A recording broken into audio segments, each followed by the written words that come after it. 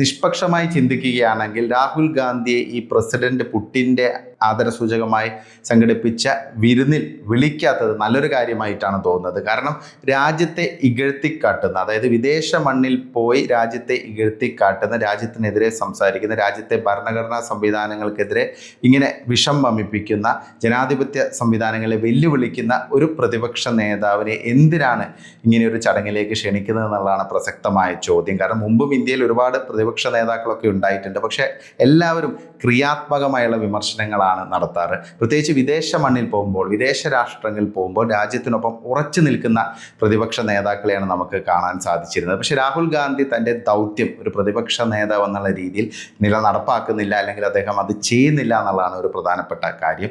പ്രത്യേകിച്ച് രാഷ്ട്രം ഒരു നിർണായക സന്ദിഗ്ധ ഘട്ടത്തിലൂടെ പോകുമ്പോൾ, പാകിസ്ഥാനുമായി യുദ്ധത്തിൽ ഏർപ്പെടുമ്പോൾ പോലും സർക്കാരിന് പിന്തുണ നൽകാൻ തയ്യാറാകുന്നില്ല രാഹുൽ ഗാന്ധി.